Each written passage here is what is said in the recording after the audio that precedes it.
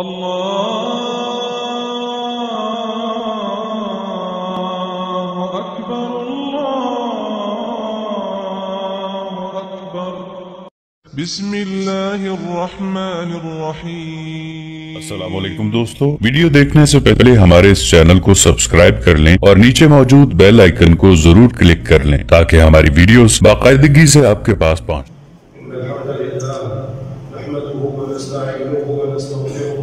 ونعوذ بالله من شرور أنفسنا ومن سيئات أعمالنا من يهده الله فلا مضل له ومن يضلل فلا هادي له وأشهد أن لا إله إلا الله وحده لا شريك له وأشهد أن محمدا عبده ورسوله من يطع الله ورسوله فقد رشد واهتدى ومن يعص الله ورسوله فقد ضل وغوى ولا يضر الله شيئا. أما بعد فإن خير الحديث كتاب الله وخير الهدي هدي محمد صلى الله تعالى عليه وآله وسلم وشر الأمور محدثاتها وكل محدثة بدعة وكل بدعة ضلالة وكل ضلالة في النار.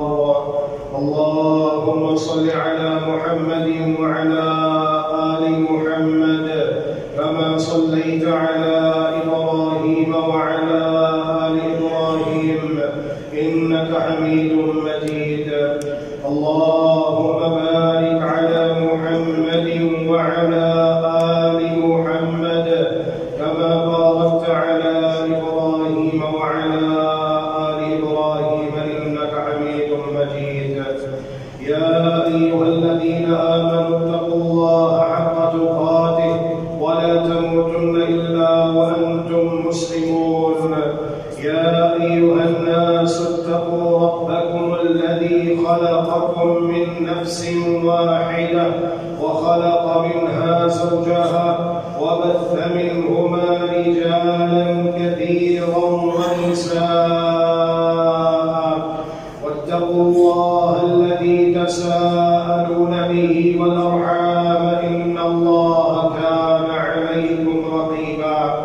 يا أيها الذين آمنوا اتقوا الله وقولوا قولا سديدا يصلح لكم أعمالكم ويغفر لكم ذنوبكم ومن يطع الله ورسوله فقد فاز فوزا عظيما. أما بعد فأعوذ بالله العظيم وبوجهه الكريم وسلطانه القديم من الشيطان الرجيم من همزه ونفخه ونفثه. بسم الله الرحمن الرحيم.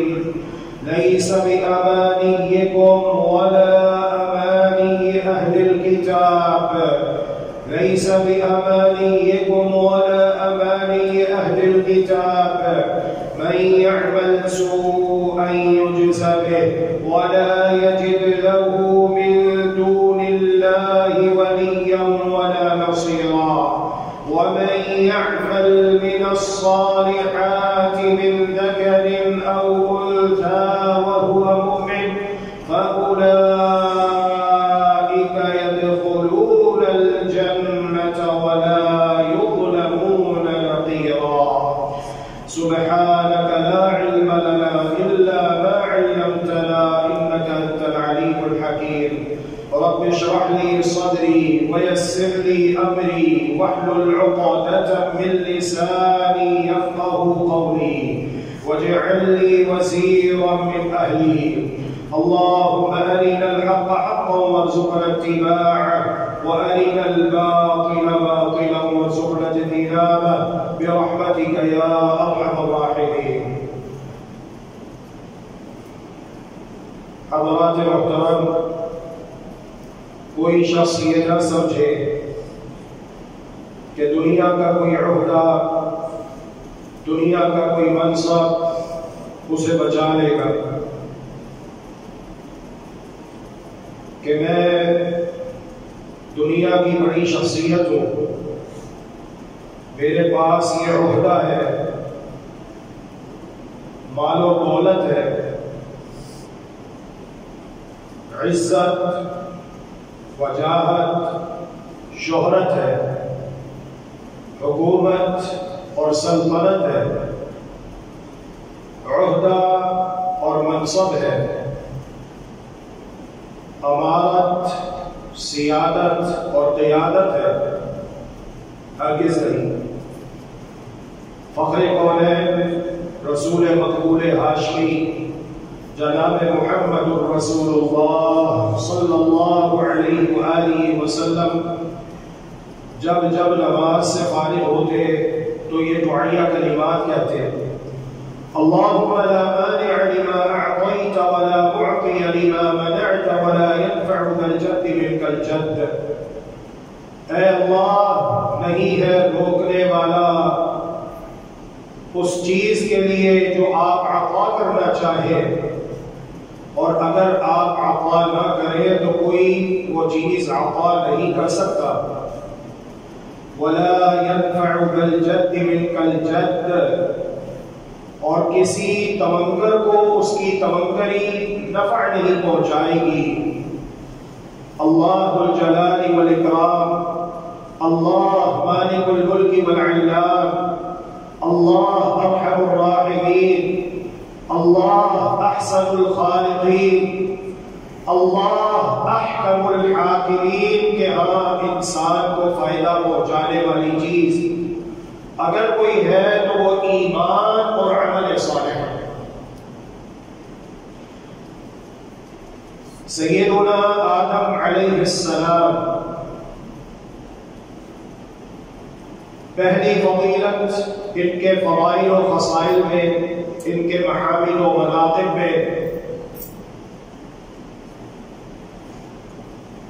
کہ اللہ تبارک و تعالی نے سیدنا آدم علیہ وعلی نبینا افضل الصلوات و ازکی التسلیمات کو اپنے دونوں ہاتھوں سے پیدا کیا۔ اللہ تبارک و تعالی کے ہاتھ ہیں، دو ہاتھ ہیں اور دونوں ہی ہاتھ بائیں ہیں، بلا تکیف بلا تمثیل۔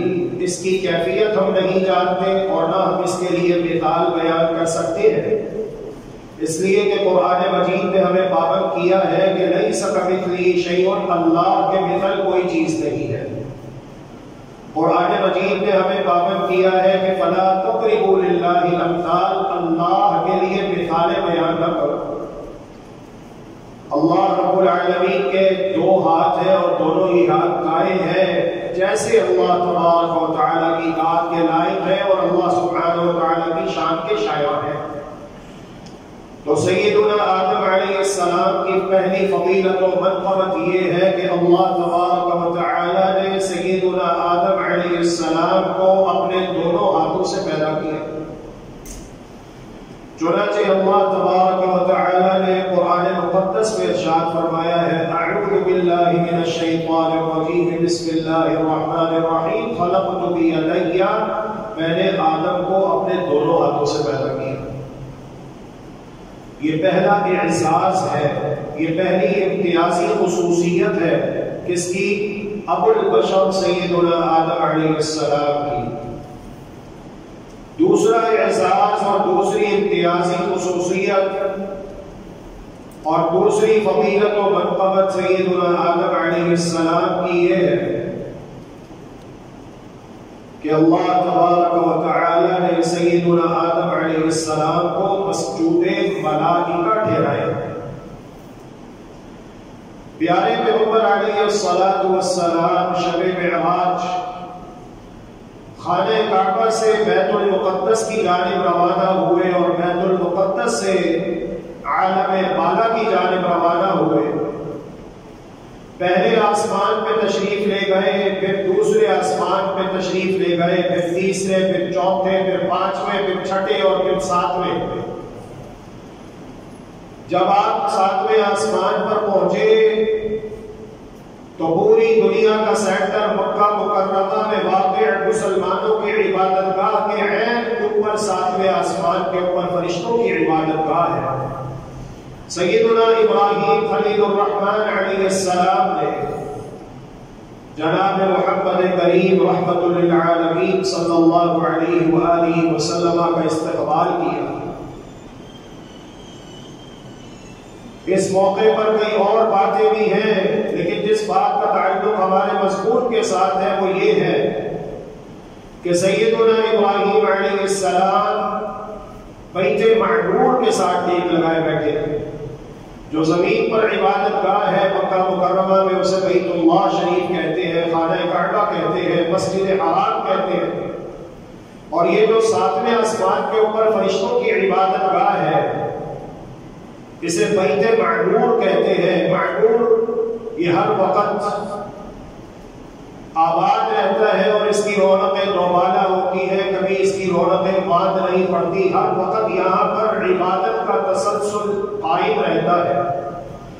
پیارے پیغمبر علیہ الصلوۃ والسلام ارشاد فرماتے ہیں يدخل فيه كل يوم 70,000 ملک، روزانہ یہاں پر 70,000 فرشتے عبادت کے لیے آتے ہیں، اور جو فرشتہ ایک مرتبہ عبادت کے لیے آ جاتا ہے قیامت قائم ہو جائے گی لیکن دوبارہ اس کی باری نہیں آئے گی۔ اس قدر کثیر تعداد میں ہے یہ مخلوق جنہیں فرشتہ کہتے ہیں۔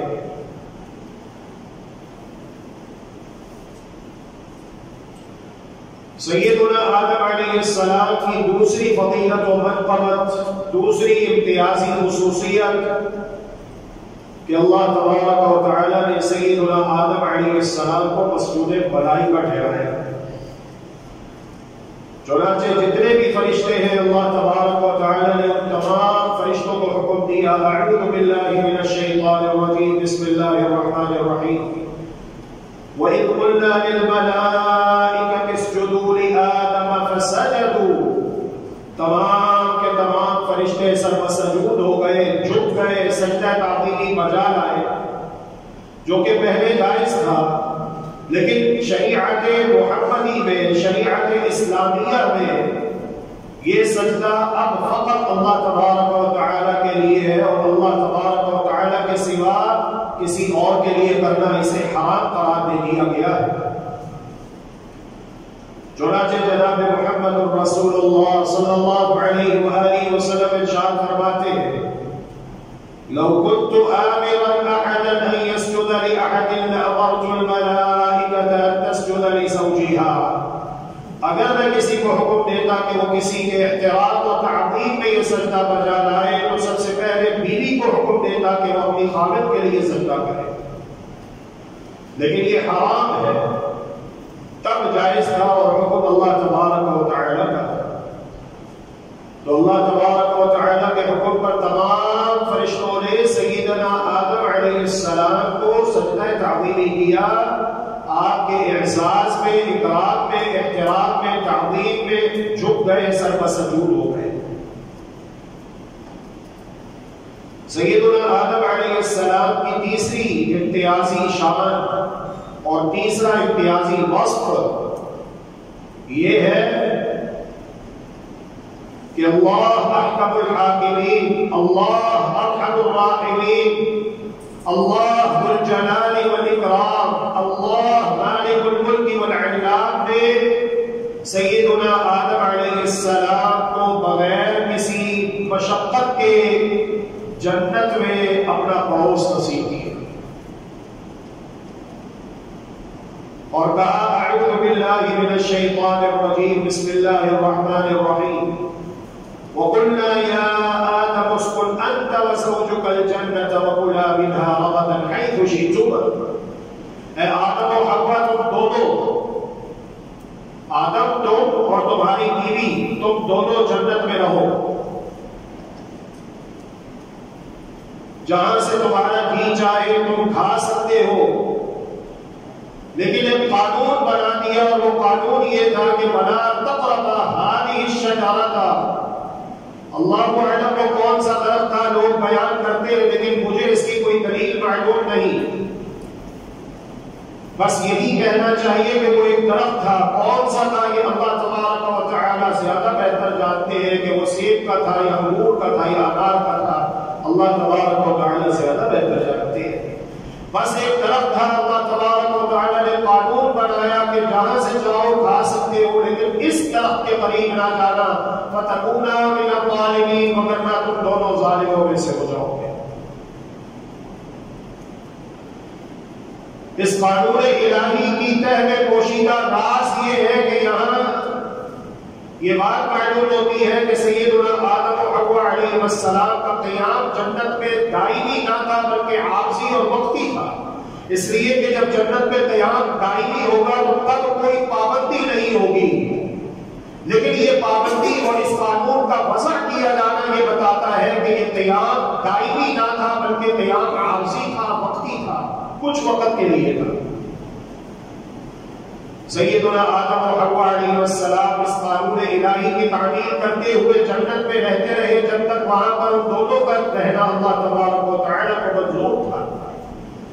بالآخر شیطان کے بارہا وسوسوں پر اور جھوٹی قسمیں اٹھا کر یہ باور کروانے پر کہ در حقیقت آپ دونوں کو اس لیے اس درخت کے قریب جانے سے روکا گیا ہے، منع کیا گیا ہے کہ مبادہ اگر آپ دونوں اس درخت کے قریب چلے گئے اور آپ نے اس کا ذائقہ چکھ لیا تو کہیں آپ دونوں جنت میں ہمیشہ ہمیشہ رہنے والوں میں سے نہ ہو جائے۔ اب جنت اتنی پیاری جگہ ہے، اتنی خوبصورت جگہ ہے، وہاں کی نعمتیں سن کر جب کافر بھی سنتے ہیں تو ان کے دل میں بھی خواہش پیدا ہوتی ہے کہ ہم ان نعمتوں والی جنتوں میں داخل کر دیے جائیں، اتنی پیاری جگہ ہے، کس کا نہیں چاہے گا وہاں سے نکلنے کو۔ بہرحال مظاہر الہی کی اللہ تبارک و تعالیٰ کو ایسے ہی منظور تھا۔ بتانا یہ مقصود ہے قرآن مجید کی روشنی میں کہ وہ آدم علیہ السلام جن کے امتیازی خصائل و فضائل آپ کے علم میں آ چکے کہ سیدنا آدم علیہ السلام وہ ہیں جنہیں اللہ تبارک و تعالی نے اپنے دونوں ہاتھوں سے پیدا کیا۔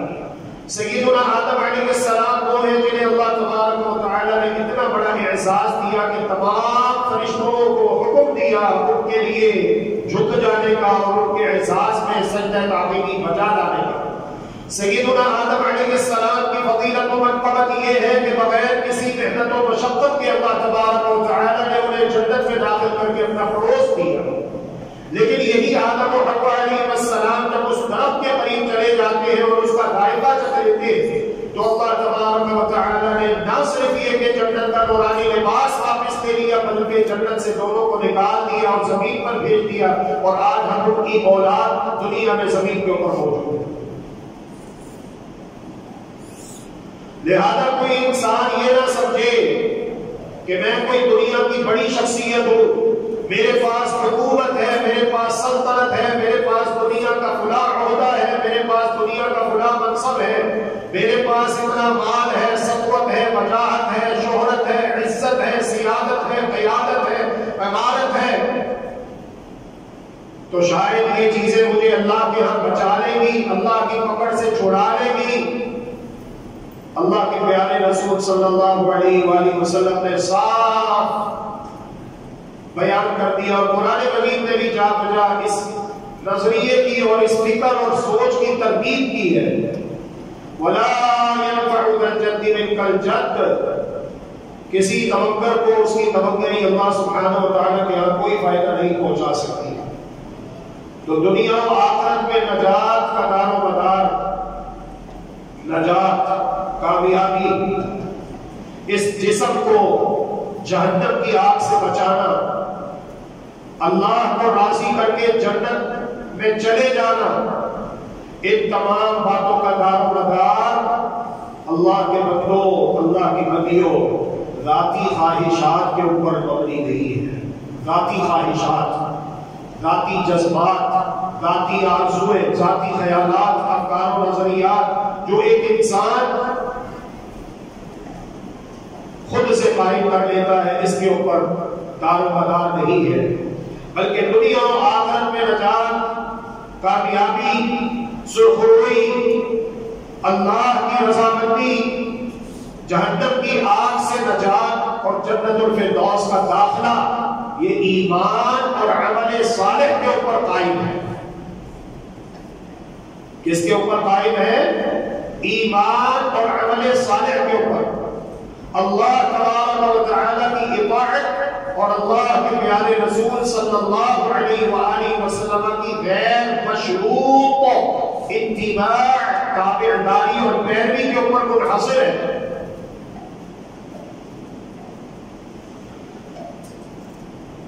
یہ شخصیت عبد العزیٰ بن عبد المطلب اس کا نام ہے، لیکن یہ مشہور اپنی کنیت سے ہے، کنیت اس کی ابو لہب ہے، اور یہ کوئی عام انسان نہیں ہے بلکہ سب سے اونچا خاندان قریشی ہاشمی، جیدمن، 1 نمبر، 2 نمبر نہیں، کہ مال مہاجرات میں تیار ہو رہا ہے اور step made in China, made in Korea, made in England, ایسی بات نہیں۔ 1 number Qureshi, 1 number Hashmi, 2 number نہیں۔ قریشی ہے، ہاشمی ہے، اونچے خاندان والا ہے، اور صرف یہی نہیں بلکہ اپنی قوم کا، اپنی قبیلے کا لیڈر ہے، سردار ہے، جاگیردار ہے، وڈیرا ہے، نجیب الطرفین ہے، خوبصورت اتنا کہ اس کے رخساروں پر جب سورج کی شعاعیں پڑے تو ٹماٹر کی طرح اس کا چہرہ چمکتا اور خوبصورت نظر آتا، لالیاں پھوٹا کرتی تھی۔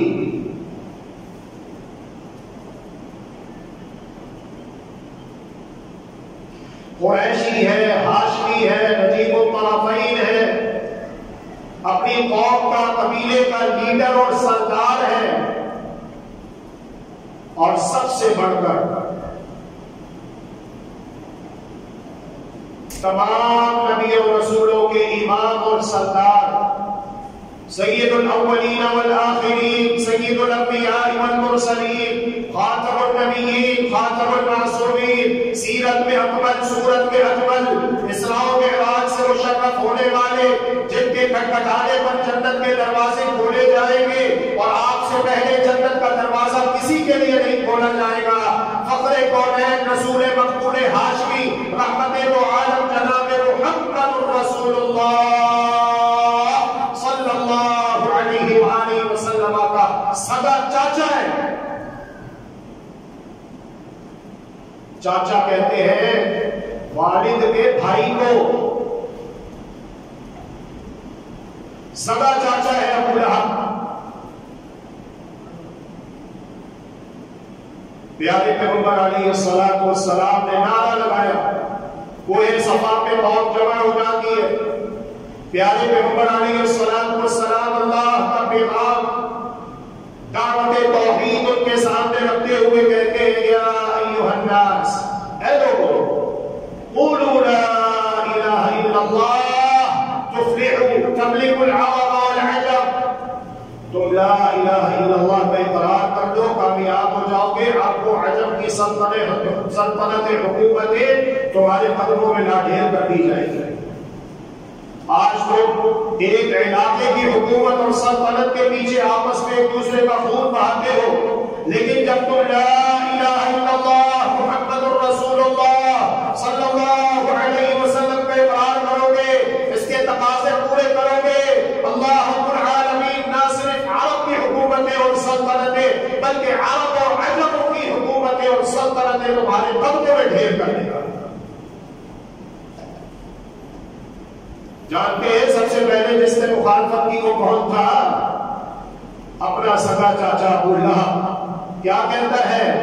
استغفر اللہ واتوب الیہ، میں اللہ سے معافی مانگتے ہوئے اور اللہ سے ڈرتے ہوئے یہ کلمات جس طرح کتابوں میں نقل ہوئے ہیں اسے بیان کرتا ہوں، جس طرح اردو میں اس کا ترجمہ لکھا جاتا ہے، علماء بیان کرتے ہو، آپ احباب کو سناتا ہوں۔ یہ کہتا ہے تبت لک یا محمد، اے محمد تیرے لیے تباہی ہو، بربادی ہو، استغفر اللہ واتوب الیہ، لہذا جمعتنا، کیا تو نے ہمیں اس لیے یہاں پر جمع کیا؟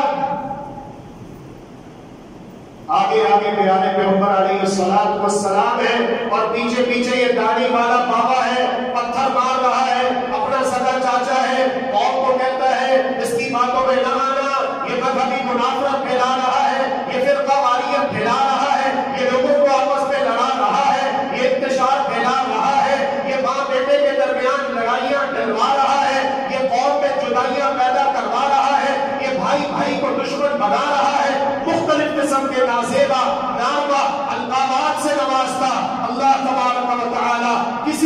محبت سے مجبور نہیں ہے. اللہ تبارک و تعالی کا قانون اور نظام سب کے لیے ہے. اگر ایمان اور عمل صالح ہے تو پھر ٹھیک ہے، لیکن اگر ایمان اور عمل صالح نہیں تو پھر حد مقابل پیارے پیغمبر کا چاچا ابو لہب ہی کیوں نہ ہو، اللہ تبارک و تعالی رہتی دنیا تک کے لیے قرآن مجید کو نازل کر دیتا ہے. اعوذ باللہ من الشیطان الرجیم، بسم اللہ الرحمن الرحیم. تبت یدا ابی لہب وتب. یہ کون ہوتا ہے ہمارے نبی کو یہ کہنے والا کہ تم تباہ و برباد ہو جائے؟ اس کی جرأت کیسے ہوئی؟ اس نے یہ گستاخی کیسے کی؟ اگرچہ کہ یہ نبی کا چاچا ہے، سگا تو ہو، کوئی فرق نہیں پڑتا. تبت یدا ابی لہب وتب. اس کے دونوں ہاتھ تباہ و برباد ہو جائے اور یہ خود بھی تباہ و برباد ہو جائے. اس کے دونوں ہاتھ تباہ و برباد ہو جائے اور یہ خود بھی تباہ و برباد ہو جائے. دونوں ہاتھ کہتے نہیں اس کے رائٹ ہینڈ ہے، دایاں بازو بایاں بازو. کوئی فوت ہو جائے، کوئی مر جائے تو کہتے وہ یہ تو اس کا رائٹ ہینڈ تھا. کیا مطلب ہے کہ ابو لہب بھی تباہ و برباد ہو جائے؟ ابو لہب اینڈ کمپنی، اس کی جو کمپنی ہے، اس کے جو دوست ہیں، اس کے جو ساتھی ہیں، اس کے جو اعوان و انصار ہیں، اس کے جو معاونین ہیں، اس کے جو ہیلپرز ہیں، سب کے سب تباہ و برباد ہو جائے.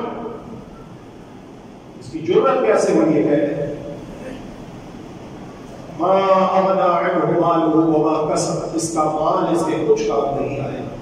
جو اس نے معاشرے میں اپنا نام اور مقام پیدا کیا، اور جو اس کے پاس عہدہ ہے کہ یہ اپنی قوم کا لیڈر ہے، سردار ہے، وڈیرا ہے، جاگیردار ہے، جس کے پاس دولت ہے، شہرت ہے، اونچا خاندان ہے، قریشی ہے، ہاشمی ہے، سید ہے، کچھ کام نہیں آیا. تباہ و برباد ہو جائے یہ بھی اور اس کے ساتھی بھی.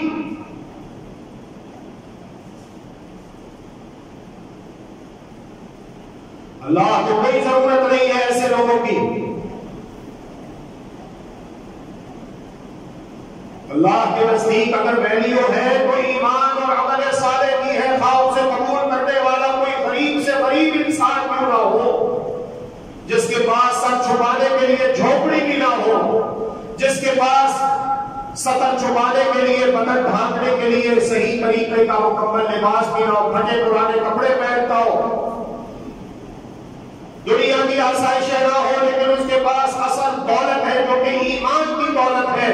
اور پیارے پیغمبر علیہ الصلوۃ والسلام فرماتے ہیں رب اشعث اغبر مدفوع بالابواب. کتنے لوگ ایسے ہیں اشعث اغبر، ان کے بال بڑا گندا ہوتے ہیں، ان کا چہرہ غبار آلود ہوتا ہے، کپڑے دیکھے تو بدبودار پھیلے کپڑے ہوتے ہیں. اگر وہ کہیں رشتہ لینے کے لیے جائے تو لوگ اس کے لیے اپنے گھر کے دروازے نہیں کھولتے، لوگ اسے اپنے گھر میں بلاتے، بٹھاتے، کھانا نہیں کھلاتے، اس کے ساتھ بیٹھنا، بات کرنا پسند نہیں کرتے. لیکن وہ اللہ کو اتنا پیارا ہے، اللہ کا اتنا محبوب ہے.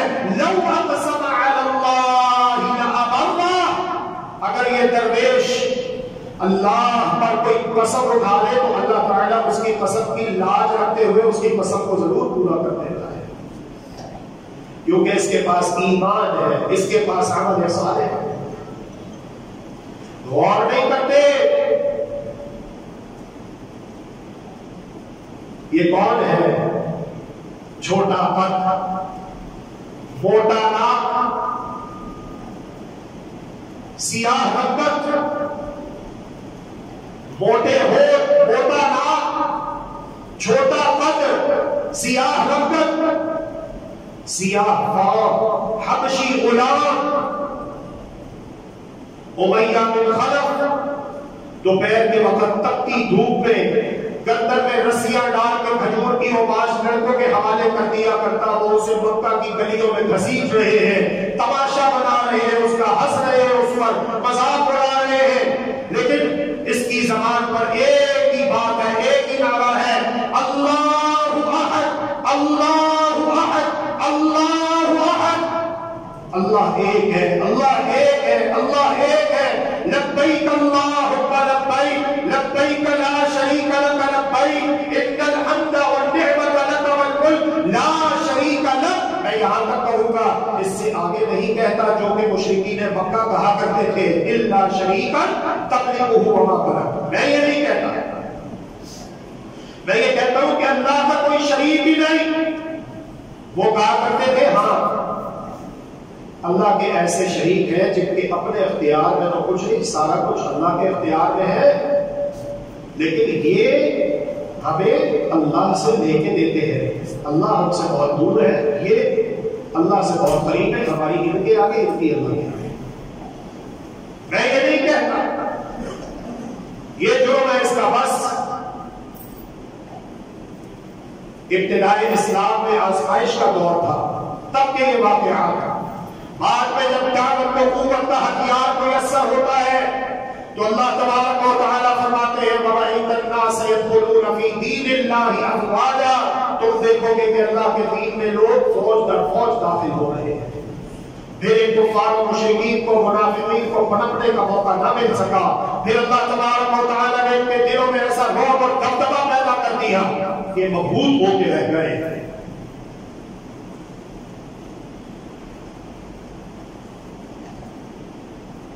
سیاہ فام، حبشی غلام، اللہ، موٹا ناک، موٹے ہونٹ، سیاہ رنگت، چھوٹا قد، مکہ میں اتنا ستایا گیا لیکن ڈٹے رہے، ثابت قدم رہے. اللہ کے پیارے رسول صلی اللہ علیہ وآلہ وسلم جب شب معراج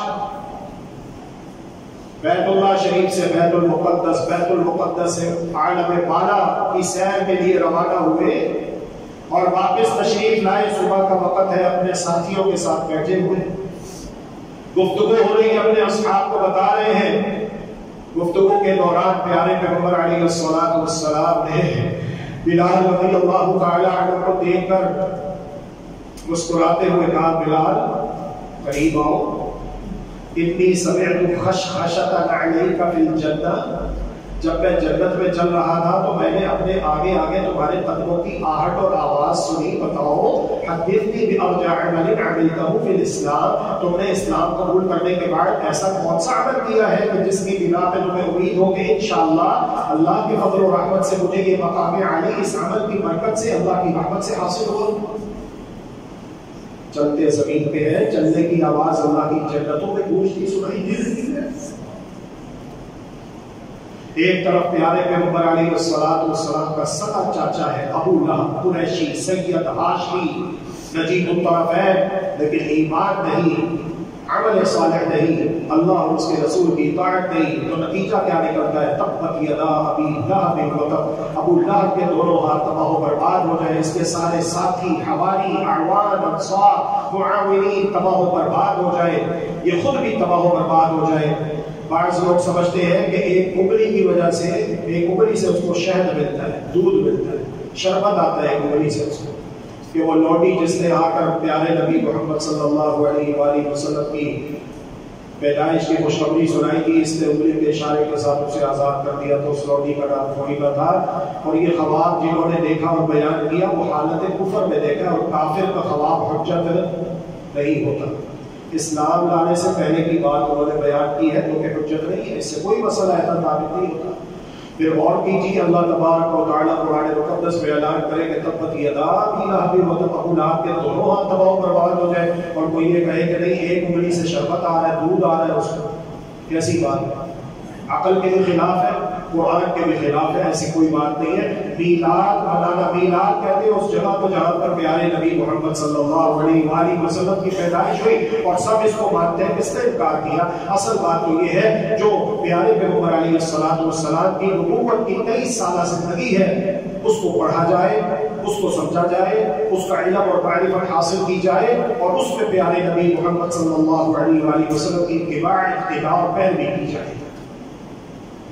جو مشن آپ لے کر آئے ہیں اس کو سمجھا جائے اور اس کے تقاضے پورے کیے جائے. اصل بات تو یہ ہے 23 سالہ دور نبوت کے اوپر مشتمل آپ کی حیات طیبہ کا مطالعہ کر کے اور آپ کو اسوہ حسنہ اور اپنے لیے آئیڈیل شخصیت مان کر آپ کی اتباع اور پیروی کی جائے. اصل مطلوب شریعت یہ ہے.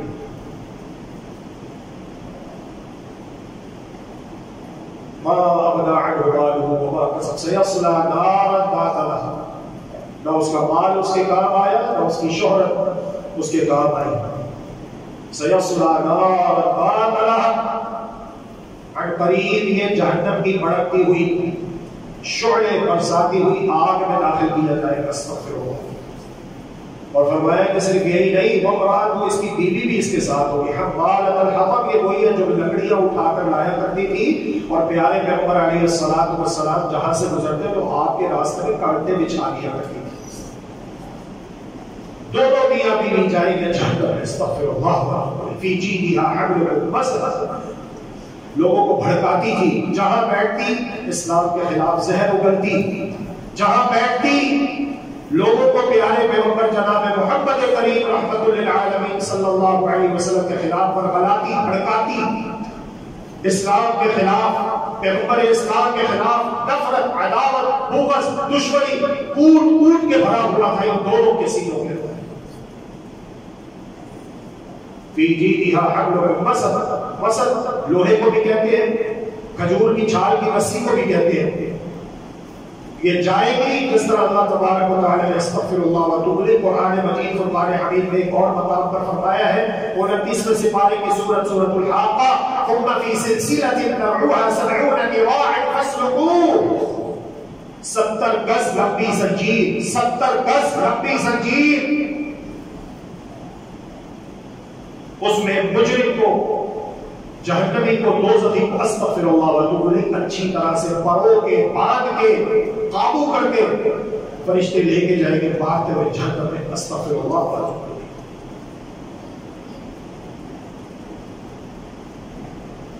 یا بلال، اور دوسری طرف سیاہ پاک حبشی غلام اور اللہ کے پیارے رسول صلی اللہ علیہ وسلم اپنے دو پیارے غلام جیسے خوبصورت ہونٹوں کے درمیان شہد سے میٹھی مبارک زبان سے کیا بات بیان کر رہے ہیں، یا بلال، اے بلال، انی سمعت خشخشۃ علیک فی الجنہ، تم چلتے زمین پر ہو، تمہارے چلنے کی آواز جنتوں میں سنائی دیتی ہے، بتاؤ تم نے اسلام لانے کے بعد ایسا کون سا عمل کیا؟ ایمان، عمل صالح، توحید، رسالت، شرک، بدعت، کفر سے اپنے آپ کو بچانا، فسق و فجور سے اپنے آپ کو بچانا، اللہ اور اس کے رسول صلی اللہ علیہ وآلہ وسلم کی اطاعت، فرما برداری، یہ چیزیں کام نہیں۔ باقی دنیا کی بڑی شخصیت ہونا، انسان کے پاس دنیا کا کوئی عہدہ ہونا، مال و دولت ہونا، عزت، وجاہت، شہرت ہونا، حکومت، سلطنت ہونا، امارت، زیادت، قیادت ہونا، یہ ساری چیزیں انسان کو اللہ تبارک و تعالیٰ کے کوئی فائدہ نہیں پہنچائیں گی۔ ولا ينفع الجد منك، ہاں یہ چیزیں تب فائدہ پہنچائیں گی جب انسان ان چیزوں کو اللہ کی امانت سمجھے اور اللہ سے محبت کرتے ہوئے، اللہ سے ڈرتے ہوئے امانت کو امانت سمجھ کر استعمال کرے، پھر یہ فائدہ پہنچائے گی۔ اور اگر وہ امانت میں خیانت کرتا ہے تو یہی چیزیں اس کے لیے وبال جان بن جائیں گی، جس طرح اللہ کے پیارے رسول صلی اللہ علیہ وآلہ وسلم نے ارشاد فرمائے، غریبوں کو جو کہ مؤمن ہو گئے، ایمان والے ہو گئے، ایماندار، شکر گزار، اللہ کے مطیع و فرما بردار بندے ہوں گے، انہیں امیروں سے 500 سال پہلے ہی جنت میں داخل کر دیا جائے گا۔ امیر کھڑے ہوئے، کھڑے ہو، جتنا پیسہ تھا حساب دینا ہے تمہیں، کہاں سے کمایا کہاں خرچ کیا، جب تک حساب نہیں دو گے ایک قدم نہ آگے نہ پیچھے، کھڑے ہو یہاں پر۔ اللہ کے پیارے رسول صلی اللہ علیہ وسلم نے فرمایا، الا، مگر یہ کہ وہ شخص جس نے اپنے دونوں ہاتھ بھر بھر کے بغیر حساب اللہ کے دین کی سربلندی کے لیے اللہ کے راستے میں خرچ کیے، یہ نہیں، باقی ہر امیر کو روک لیا جائے گا، کھڑے ہو جاؤ یہاں پر، پہلے حساب کتاب ہوگا، حساب کتاب دینا ہے ہر انسان نے، اللہ رب العالمین کی بارگاہ میں پیش ہونا ہے ہر انسان نے، دنیا امتحان گاہ ہے، اللہ تبارک و تعالی ہمیں ہدایت نصیب فرمائے اور اللہ تبارک و تعالی ہمیں ان تمام باتوں کو دل و جان سے قبول کرتے ہوئے ان کے تقاضے پورے کرنے کی توفیق عطا فرمائے، اور یہ دعوت جہاں جہاں اللہ تبارک و تعالی ہمیں توفیق دے وہاں تک پہنچانے کی پوری دنیا میں اللہ تبارک و تعالی ہمیں توفیق خاص ہدایت فرمائے۔ اللہم آمین برحمتک یا ارحم الراحمین، من بطأ به عمله لم يسرع به نسبه۔ اللہ کے رسول صلی اللہ علیہ وسلم ارشاد فرماتے ہیں، قیامت کے دن جس کی رفتار کو اس کے عمل نے پیچھے چھوڑ دیا، کم کر دیا، عمل نے اس کی رفتار کو، اس کی سپیڈ کو پورے صراط پر کم کر دیا، تو اس کا حسب نسب یہ خاندان، یہ برادریاں، یہ دنیا کے عہدے منصب اس کی رفتار کو بڑھا نہیں سکے گے، اسے روشنی اور نور نہیں دے سکے گے۔ اس دن سورج چاند ستارے کے نور لپیٹ لیا جائے گا۔ قیامت تو قیامت ہے، ابھی دنیا میں ہی انسان موجود ہوتا ہے، آخری لمحات ہے، جسم سے جان نکلنے کو ہے کہ آنکھوں کے سامنے اندھیرا چال آتا ہے، آنکھیں پتھرا جاتی ہیں، آنکھیں الٹی ہو جاتی ہیں۔ آپ دیکھتے نہیں کسی مرنے والے کو کبھی دیکھا آپ نے؟ اللہ تعالیٰ ہمارا ایمان اسلام پر خاتمہ فرمائے۔ اور پھر قبر کے اندر کتنے اندھیرے ہیں، سانپ ہے، بچھو ہے، تنہائی ہے، ایک دیوار ادھر ہے ایک ادھر ہے۔ جایا کریں قبرستان، زیارت کیا کریں قبروں کی، کچی قبریں، اور ان کے لیے مصنوع دعائیں، اور اپنی بھی فکر کرنا کہ میں نے بھی یہی آنا ہے۔ اللہ تبارک و تعالی ہم سب کو معاف فرما دے اور پکا سچا مسلمان بنائے۔ وآخر دعوانا الحمد للہ رب العالمین۔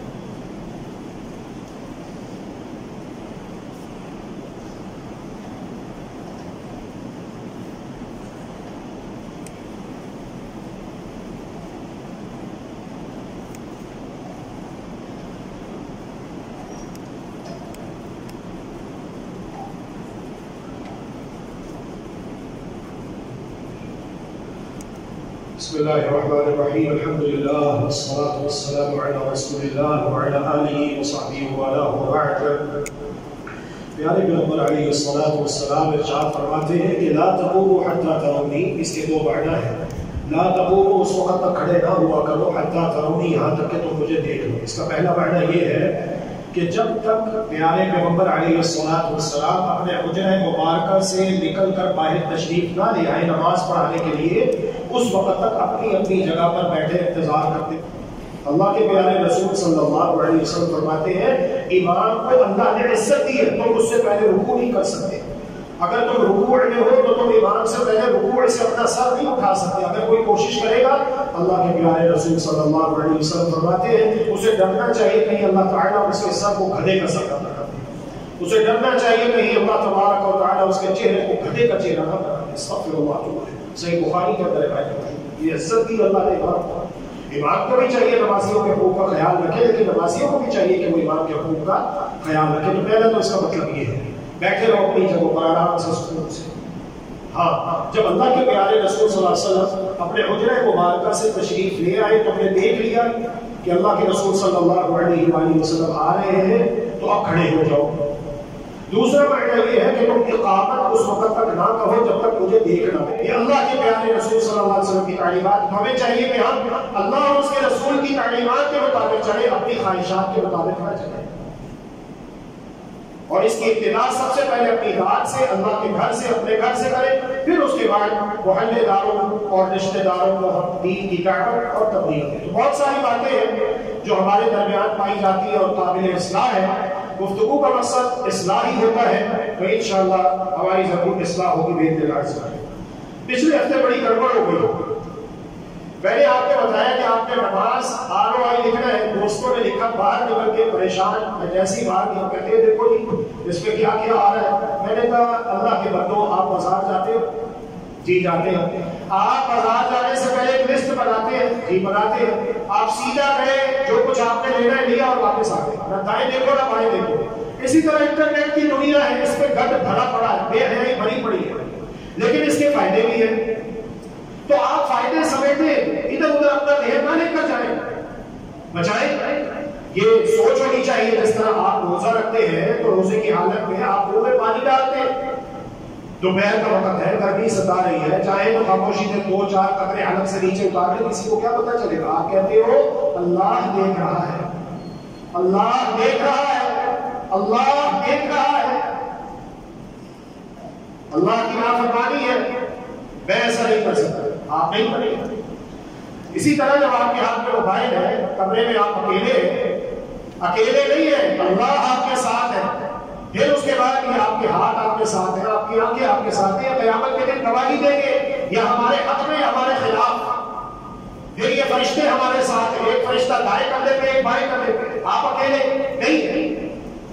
یہ کہہ سکتے ہیں کہ انسان کوئی دوسرا آپ کے ساتھ نہیں ہے، وگرنہ آپ کا جسم آپ کے ساتھ ہے، آپ کے فرشتے آپ کے ساتھ ہیں، اللہ تبارک و تعالیٰ آپ کو دیکھ رہا ہے، پرائیویسی کیسے ہے؟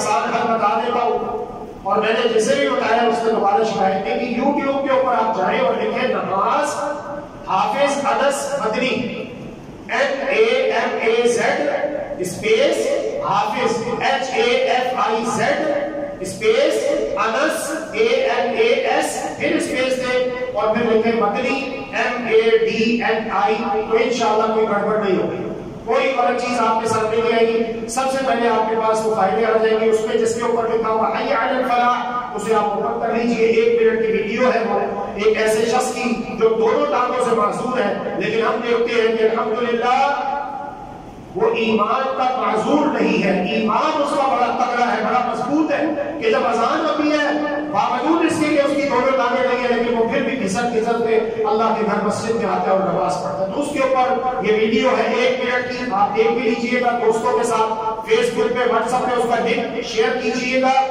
اور چینل کو ضرور سبسکرائب کر لیجئے۔ یہ جو جمعۃ المبارک کا خطبہ ہوتا ہے، جو آپ دوست ہماری مائیں بہنیں اسے دیکھنا چاہے سننا چاہے تو یہاں پر دیکھ سن سکتی ہوں۔ اللہ تبارک و تعالی ہم سب سے راضی اور نیک کام کرنے کی ہمیں توفیق دے۔ 10th کلاس کے اسٹوڈنٹس کے پیپر ہو رہے ہیں، 4 ہی پیپر تھے اس مرتبہ، کیمسٹری میتھ کا ہو چکا ہے، آج فزکس کا فرسٹ ٹائم سیکنڈ ٹائم ابھی 2:30 بجے شروع ہوگا، اور چوتھا پیپر ہے پڑھنے کو بایولوجی کا۔ تو دعا کریں میٹرک کے بچوں کے لیے، طلباء و طالبات کے لیے، اللہ تبارک و تعالی انہیں کامیاب کریں دنیا میں بھی اور آخرت کو بہتر بنانے کے لیے۔ وہ نصاب تعلیم جو اللہ تبارک و تعالی نے ہمیں عطا کیا ہے، جسے قرآن کریم کہتے ہیں، اسے پڑھنے کی سمجھنے کی، اور جو حدیث مبارکہ ہے ان کو پڑھ سمجھ کر اس کا فہم حاصل کر کے اس کے مطابق عمل کر کے دوسروں کو اس کی دعوت دینے کی توفیق عطا فرمائے، تاکہ ہمیں اخروی کامیابی میں مل جائے اور دنیا کی ہماری بہتر ہو جائے۔ اللہم آمین برحمتک یا ارحم الراحمین۔ ان اللہ وملائکتہ یصلون علی النبی یا ایھا الذین آمنوا صلوا علیہ وسلموا تسلیما۔ اللهم صل على محمد وعلى آل محمد كما صليت على إبراهيم وعلى آل إبراهيم إنك حميد مجيد۔ اللهم بارك على محمد وعلى آل محمد كما باركت على إبراهيم وعلى آل إبراهيم إنك حميد مجيد۔ اللهم أعز الإسلام والمسلمين وأذل الشرك والمشركين ودمر على أعدائك أعداء الدين، واجعل اللهم هذا البلد آمنا مطمئنا سخاء رخاء وسائر بلاد المسلمين۔ اللهم اشف مرضانا ومرضى المسلمين، اللهم اشفنا بشفائك وداونا بدوائك وعافنا من بلائك يا ارحم الراحمين۔ رب ارحمهما كما ربياني صغيرا، رب ارحمهما كما ربياني صغيرا، يا مقلب القلوب ثبت قلوبنا على دينك۔ اللهم انا نسألك العفو والعافية في الدنيا والآخرة، اللهم انا نسألك العفو والعافية في ديني ودنياي وأهلي ومالي، اللهم استر عوراتنا وآمن روعاتنا، اللهم احفظنا من بين أيدينا ومن خلفنا وعن أيماننا وعن شمائلنا ومن فوقنا، ونعوذ بعظمتك أن نغتال من تحتنا۔ سبحان ربك رب العزة عما يصفون، وسلام على المرسلين، والحمد لله رب العالمين۔